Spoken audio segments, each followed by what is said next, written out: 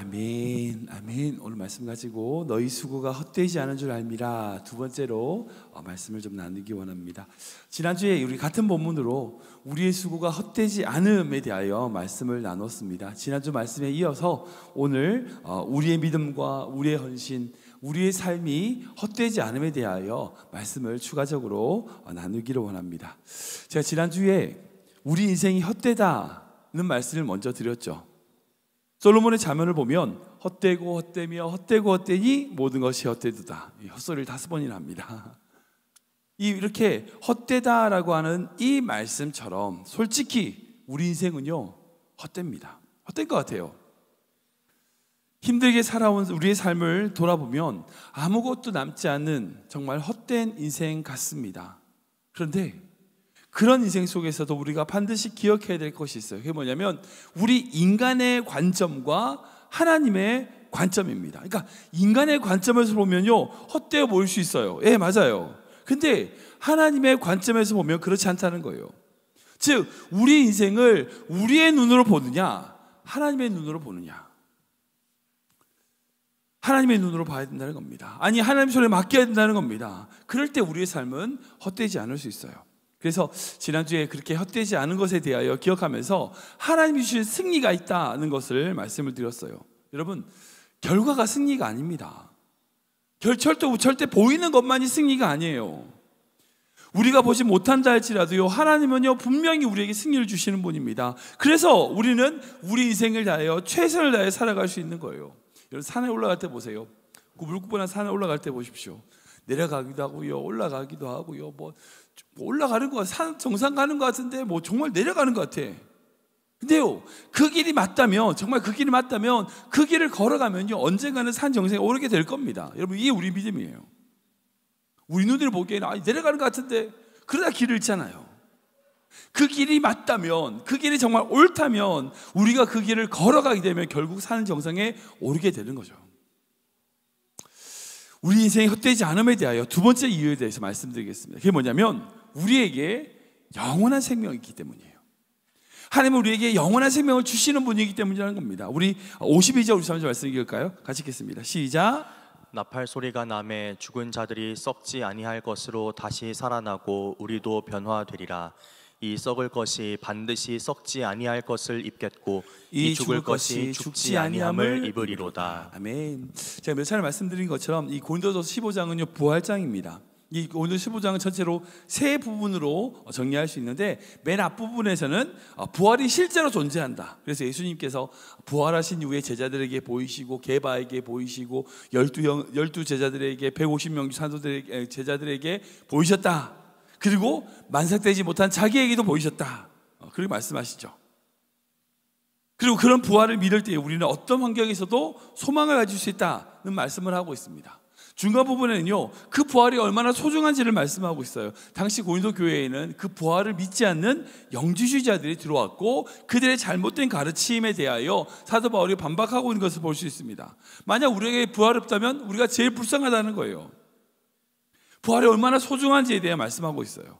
그리고 마지막 부분에는 우리가 그렇게 부활을 믿는다면 어떻게 해요? 나는 날마다 죽노라. 우리 자신을 부정하고 우리 자신을 내려놓고 주를 위해 살아갈 수 있다고 선언하고 있는 것을 보게 됩니다. 이런 전체적인 내용, 이 부활장의 내용과 오늘 이 말씀을 연결해서 생각하면요 그 부활, 우리에게 주시는 그 영원한 생명이 있기에 우리는 하나님의 안에서 이 땅에서 하는 모든 수고가 헛되지 않다는 거예요. 솔직히요 이 세상의 일을 아무리 열심히 해도요 생명 아닌 것에 아무리 열심히 해도요 그걸로 끝나요. 그런데 생명이 있는 일은 우리가 노력하고 헌신하면요 그만한 가치가 있어요. 생명은 그래요. 만약 그리스도 안에서 우리에게 부활이 없다면, 생명이 없다면요 우리가 하는 노력, 우리가 하는 헌신, 우리가 하는 모든 수고가 헛됩니다. 헛되게 가치가 없어요. 그러나 정말 생명이 있다면, 부활이 있다면 우리에게 하는 모든 수고와 헌신이 가치가 있다는 거예요. 우리 이 믿음이 있을 때에 우리에게 새 힘과 새 소망을 가질 수 있습니다.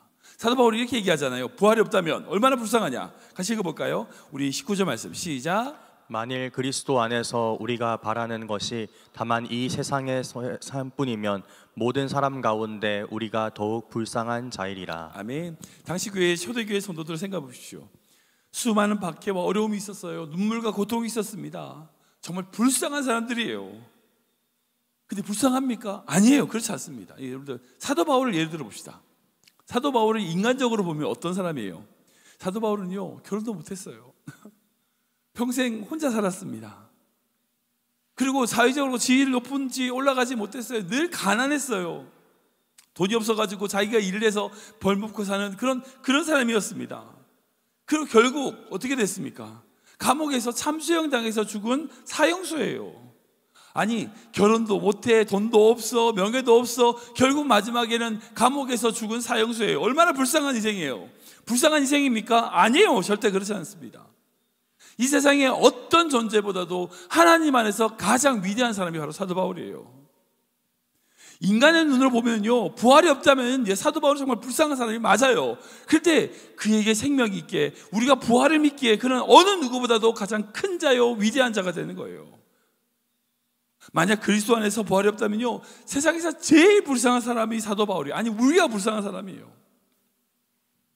그러나 천국과 소망이 있기에, 생명이 있기에 우리는 불쌍하지 않은 거예요. 우리의 수고는 헛되지 않은 거예요. 여러분들 마라톤 달리기 생각해 보세요. 42.195km, 정말 생명을 거는, 그런 목숨을 거는 것만큼 고통스러운 달리기입니다. 근데 꼬린 점이 없네. 42.195km 달려왔는데 결승점이 없어. 여러분, 그게 불쌍한 거죠. 달리는 게 불쌍한 게 아니에요. 꼬린 점이 없는 게 불쌍한 거예요. 달리면서 아무리 좋은 걸 가지고 뭔가를 해도요, 아무리 그렇다 치더라도 결승점이 없으면 그게 불쌍한 인생인 거예요. 힘들어도 어려워도 달리는 것 자체가 정말 고통스러워도 우리에게 골이 있다면, 결승점이 있다면, 여러분, 그게 바로 소망인 겁니다. 우리 때는 마찬가지예요.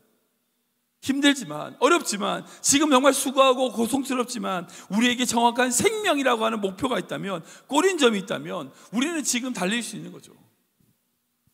손해볼 수 있어요. 그리스도인으로서 왜 우리가 손해볼 수 있습니까? 우리에게 생명이 있기 때문입니다. 왜 우리 그리스도인으로서 섬기고 나눠줘야 되죠? 우리에게 부활이 있기 때문입니다. 우리에게 그 높은 가치가 있을 때에 지금 우리가 살아가는 모든 삶에 있는 것들이 나눌 수 있고요, 섬길 수 있는 거예요.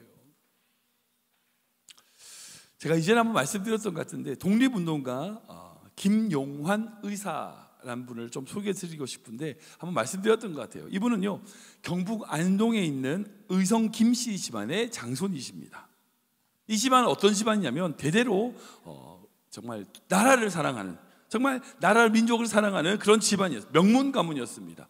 이분은 이제 임진왜란 때 의병을 일으켰던 학봉 김성일의 후손이세요. 장손입니다. 그러니까 대대로 명문 가문으로 나라를 위해서 의병을 일으켰던 그 집안이었어요. 근데 그 집안의 장손인 이 김용환이라는 사람은요, 남봉꾼이에요. 노름꾼입니다. 사람들이 다 손가락질하는 노름꾼이에요. 아니, 자기가 대대로 가문에서 물려받았던 전답, 집안 약 18만 평인데, 이거를 이제 제가 자료를 찾아보니까 현시가로 한 200억 정도, 한국 돈은 얼마죠? 미국 돈 얼마죠? 2천만 불 정도 되나 봐요. 아무튼 200억 정도나 되는 돈을 다 팔아가지고 어떻게 했냐? 노름으로 탕진을 했어요. 자료를 보면 심지어 결혼한 자기의 외동딸이 시댁에서 뭔가를 산다고 돈을 들고 친정에 왔어요. 근데 그 돈을 몰래 빼가지고 노름에 탕진해버렸어요. 아니, 시댁에 가져가려고 뭘 사려고 가져왔는데 그 돈까지 뺏어가지고 노름에 한 사람이에요. 정말 모든 사람들이 이 사람 보고 이제 어떻게 저 집안에서 저런 사람이 나냐고 손가락질하고 막 그런 사람이었어요. 근데 해방 이듬해 1949년에 이른 나이로 세상을 떠나게 됐는데, 이분이 돌아가신 이후에 그분의 삶이 어땠는지 놀라운 사실이 밝혀졌어요. 그게 뭐냐면, 인격 파탄자, 노름꾼, 남봉꾼이었던 그 사람이 실제로는 독립운동가였다는 거예요.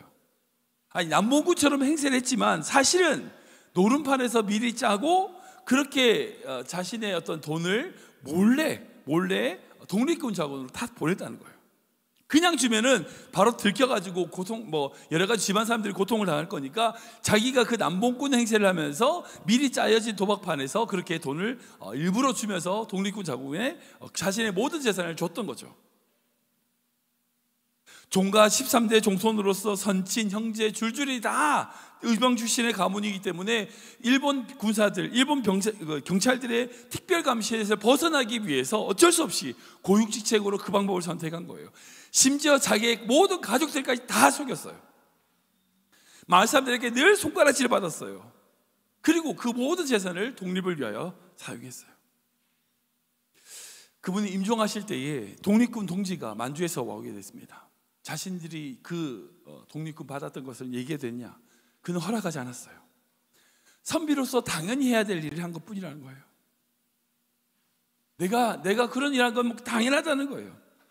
이후에 오랜 시간이 지나서 1995년도에 이르러서 독립운동이 인정받아서 건국훈장을 수여받으셨어요. 그분의 말씀은 그래요. 자기가 오해받아도 된다는 거예요. 자기 나쁜 사람으로 남봉꾼으로 보여줘도 된다는 거예요. 내 나라, 내 조선만 독립한다면 난 괜찮다는 거예요. 그분에게 가치는요, 독립이라고 하는 그 나라를 사랑하는 그 높은 가치가 있기에 자기가 어떤 대우를 받아도 괜찮다는 거예요. 우리에게 있어서 이 믿음이 있습니까? 우리에게 정말 높은 가치가 있다면 내가 좀 오해받고 내가 좀 천대받고 내가 좀 손해봐도 괜찮다는 믿음이 있습니까? 여러분, 우리가 어떻게 보이는지 그게 중요하지 않아요. 하나님이 우리를 어떻게 보시냐, 그게 더 중요한 거예요. 저는 우리 모든 성도님들이 이 믿음으로 사시길 축원합니다. 우리에게 이 가치가 있을 때에, 이 명확한 가치, 우리의 생명이 있을 때에 지금의 우리의 모든 삶의 수고는 결코 헛되지 않습니다. 말씀을 정리하겠어요. 우리 교회 출석하시는 분 중에 제가 이제 부임했을 때 계셨던 분은 이제 몇 분 안 남으신 것 같아요. 타주로 가신 분들도 계시고 먼저 주님 곁으로 하늘나라에 가신 분들도 계십니다. 근데 제가 생각해보면 그래요. 부임했을 때 계셨던 분들, 근데 그분들이 그전에도 그렇지만 끝까지 교회를 지키고 교회를 사랑하고 몸부림치는 그 모습으로 제가 부임을 했었거든요. 그때 왔을 때. 근데 그분들이 타주에 계시든지 천국에 계시든지 지금 우리 교회를 보면서 얼마나 감사할까요? 그래, 그때 내가 했던 수고가 헛되지 않았구나, 그럴 거라 생각해요. 우리에게도 그 믿음이 있어야 됩니다. 왜 우리가 신앙생활을 하고 있나요? 그 이유는요, 우리의 신앙생활, 우리의 모든 삶이 결코 헛되지 않기 때문입니다. 우리에게 승리가 있어요.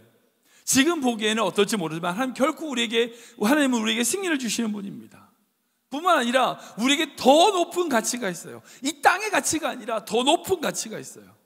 그 가치가 있기 때문에 결코 우리 인생은 헛되지 않습니다. 우리 마지막으로 58절 다시 읽어볼까요? 같이 읽겠습니다. 시작. 그러므로 내 사랑하는 형제들아, 견실하며 흔들리지 말고 항상 주의 일에 더욱 힘쓰는 자들이 되라. 이는 너희 수고가 주 안에서 헛되지 않은 줄 알미라. 아멘. 그 고린도 교회 안에 지금 신앙의 허무주의가 발생한 것 같습니다. 야, 이거 해 뭐하니? 이게 무슨 소용이 있어? 내가 잘못 살았네, 헛살았네. 고린도 교회 안에 그런 마음이 있었던 것 같아요. 그때 사도 바울을 통하여 하나님 분명히 말씀합니다. 주 안에서 너희 수고가 헛되지 않다. 여러분, 이 말씀 들으시기 바랍니다. 지금 여러분들의 헌신은, 섬기는 그 헌신, 그 사명, 주 안에서 결코 헛되지 않은 줄 믿으시기 바랍니다. 그 말씀 붙들고 지금 나에게 주어진 일, 사명, 가정에서, 교회에서 주님을 위하여 최선을 다하여 살아가는 귀한 믿음의 성도 되시기를 주님으로 축원합니다.